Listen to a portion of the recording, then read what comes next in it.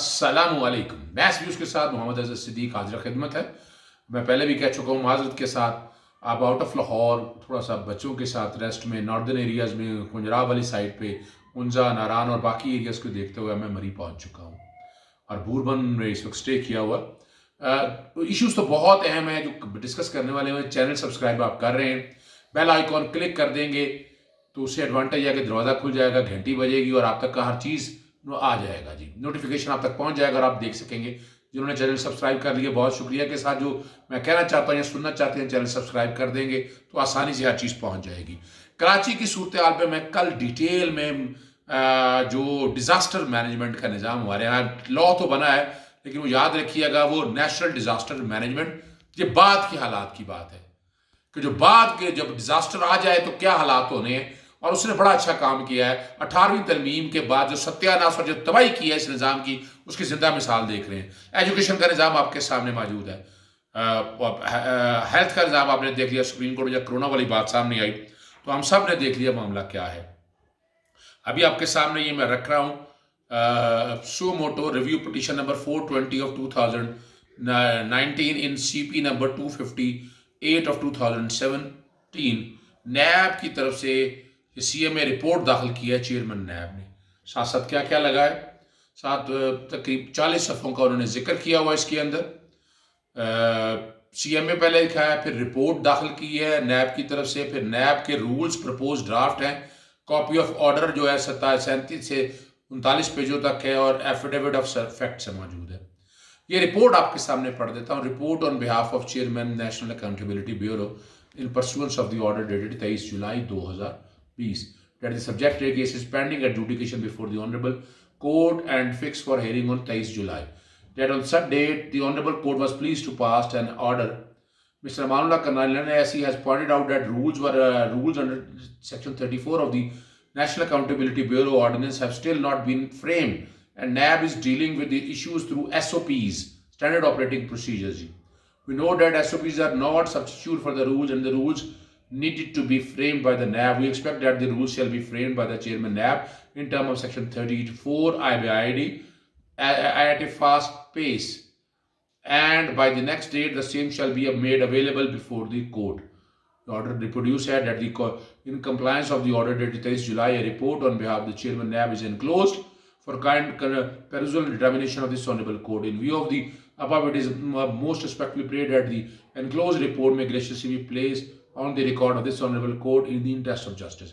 NAB propose rules है अगले सफ़े के ऊपर और तीसरे सफ़े के ऊपर ये प्रेसिडेंट को जो रूल्स अप्रूव करने हैं वो प्रेसिडेंट ने करने हैं। Framing of NAB rules under section 34 of the NAB in pursuance of the direction of the Honorable Supreme Court, His Excellency Dr. Arif Alvi president को लिखा गया है, जावेद इकबाल चेयरमैन साहब। और आगे 4 सफ़े से आगे वो रूल्स एंड डिटेल है, डेफिनेशन बयान की है। पहले सेक्शन रूल 2 के अंदर, रूल 3 के अंदर चेयरमैन पावर डेलीगेट कर सकता है, वापस ले सकता है, वो है।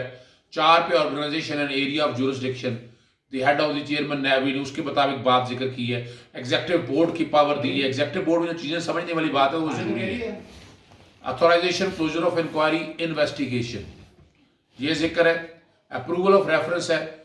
Voluntary return oblique pre bargain cases under section 25A(b) of the ordinance, awareness and prevention of the training matters, the policy matter, any matter which may be referred by the PGA, deputy chairman and DG, any other matter which the chairman deems necessary and expedient. Executive board shall be consider. Regional board की बात की है। आगे complaints का तरीका क्या है, complaint verification कैसी होनी है, इंक्वायरी कैसी होनी है, इन्वेस्टिगेशन कैसी होनी है, रेफरेंस कैसे दाखिल होना है, ये सारी चीज़ें अगर आप उठाते बताता चलूँ आपके सामने मैं अगर ये रख लूँ तो ये उन्होंने आगे TCS रूल्स की बात आगे उसको ऐड किया है साथ। लेकिन असल में ये रूल्स टोटल जो हैं ये जाते हैं जनाब, टोटल पेजेस है इस रूल्स के। प्रोसिक्यूशन ये 20 तक रिव्यू। आगे चैप्टर 5 में वो एडमिनिस्ट्रेशन की बात है, वो सारी चीज़ें जिक्र करने के बाद आगे अवेयरनेस एंड प्रिवेंशन, ये सारी चीज़ें चल रही हैं साथ साथ और मुकम्मल जाकर ये हो रहे हैं तकरीबन कोई जी चैप्टर 10 तक। रिसीविंग एंड रिपील अब उसके अंदर वो सारे जो कोई भी चीज़ें पहले वाली दी हुई हैं वो सारे रिपील करके ये तकरीबन पेज 25 तक जा रहे हैं। उसके आगे शेड्यूल है उनका शेड्यूल, और ये शेड्यूल सारा जाकर ख़त्म हो रहा है पेज 33 तक। फिर आगे वो कोर्ट का ऑर्डर लगाया हुआ है। अब जरा बात जो समझना है, ये कमी थी, ये साफ बता दूं आपको। नैब लॉ है, इस पर क्रिमिनल लॉ अप्लाई करने का कहा, लेकिन कई चीज़ें ऐसी हैं जो क्रिमिनल लॉ से मैच नहीं करती। जैसे रिमांड 14 दिन की बजाय यहाँ पर रिमांड 90 दिन का है। इंक्वायरी अथोराइज होनी हुआ, इंक्वायरी का कॉन्सेप्ट नहीं है। यहाँ ये चीज़ें बहुत फ़र्क है। और यहाँ, और आप जैसे बताया, मुजवजा ड्राफ्ट है, सुप्रीम कोर्ट के सामने पेश कर दिया गया है। नैब जो सीधे सीधे बातें हैं, शिकायत वसूली के 1 माह के अंदर रीजनल बोर्ड के सामने मामले को रखता है। इंक्वायरी का अमल 4 माह के अंदर मुकम्मल किया जाना होता है। ये मुजवजा ड्राफ्ट में बातें हैं।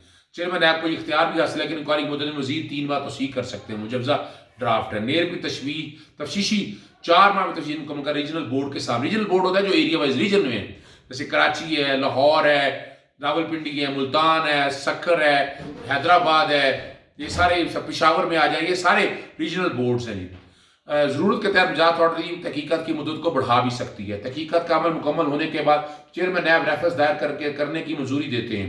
रेफरेंस दायर करने या न करने का हतमी इख्तियार चेयरमैन नैब के पास। सेक्शन 18 और सेक्शन 24 बड़े क्लियर है of the NAB ordinance. Chairman NAB के फैसले पर अथॉरिटी सवाल नहीं उठा सकती, ये भी ठीक बात है। चेयरमैन नैब की मंजूरी के बाद रेफरेंस 1 माह में दायर किया जाता है। चेयरमैन नैब का इख्तियार है कि वो इंक्वायरी कर किसी मरहले पर मुलजिम की गिरफ्तारी का हुक्म दे सकते हैं। अगर 18 और 24 में बड़ा वाज़ेह है।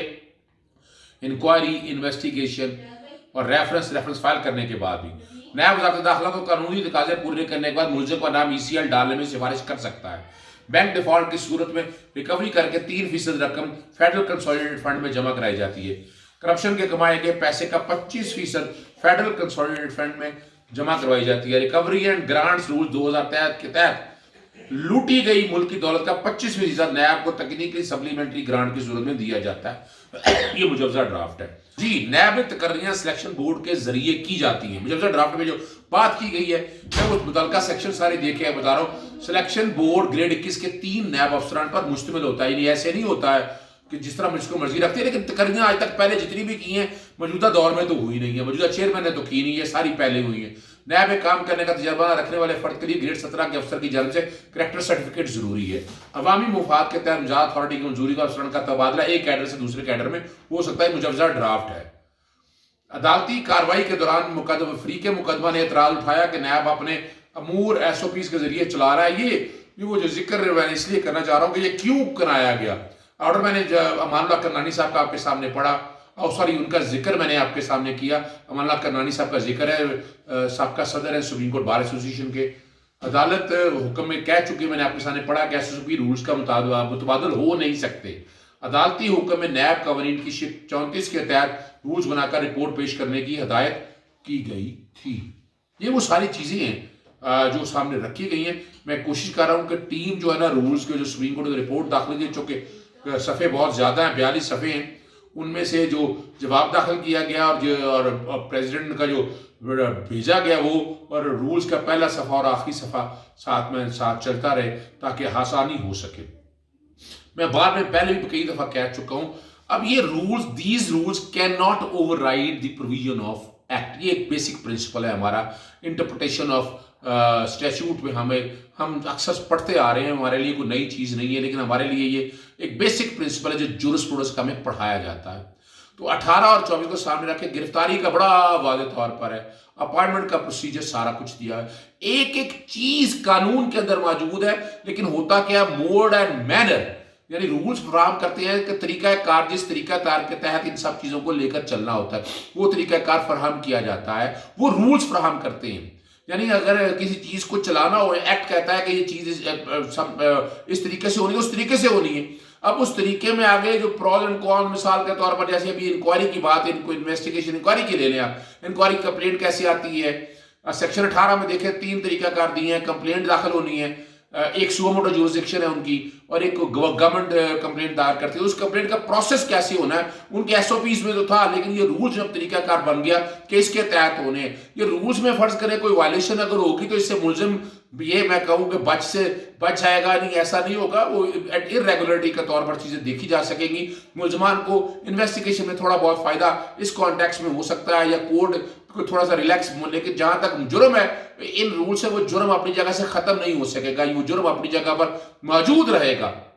तो ये वो मामला है जो नैब के हवाले से तरामीम टेबल पे पड़ी हैं। जैसे वो बात हो रही है 34 तरामीम जो पीपल्स पार्टी और नून ने दी है, कई ऐसी हैं जो समझ से बाहर आ रहा है, पर्सन स्पेसिफिक हैं, और ये सारे वो मामला हैं। अब एक तरफ सुप्रीम कोर्ट के सामने चल रहा है इस वक्त, कौन ऐसा है जो एक्ट में इस तरह की ऐसी तरामीम करे यूएन कन्वेंशन के खिलाफ हो और बेसिक अकाउंटेबिलिटी के खिलाफ हो, तो उससे मेरा नहीं ख्याल है कि वो तरामीम ऐसी मौजूद रह सकेंगी। अदालत के पास, सुप्रीम कोर्ट के पास इख्तियार आज भी है कि ऐसी को तरामीम करेंगी तो वो तरामीम को सेट असाइड कर सकती हैं, कलअदम करार दे सकती हैं। डिपेंड करता है कि इसको किस तरह देखना है। ये सारे मामले आपके सामने रखने का मकसद ये है, और कि आप तक आगाही आसान और सादा लफ्ज़ों में हो सके। नैब अब आगे बढ़ रहा है, नैब को पीछे हटने वाला नज़र नहीं आ रहा मुझे। ये देखते हैं मौजूदा हुकूमत तरामीम क्या करती है। इजाज़त दीजिएगा। अस्सलाम वालेकुम।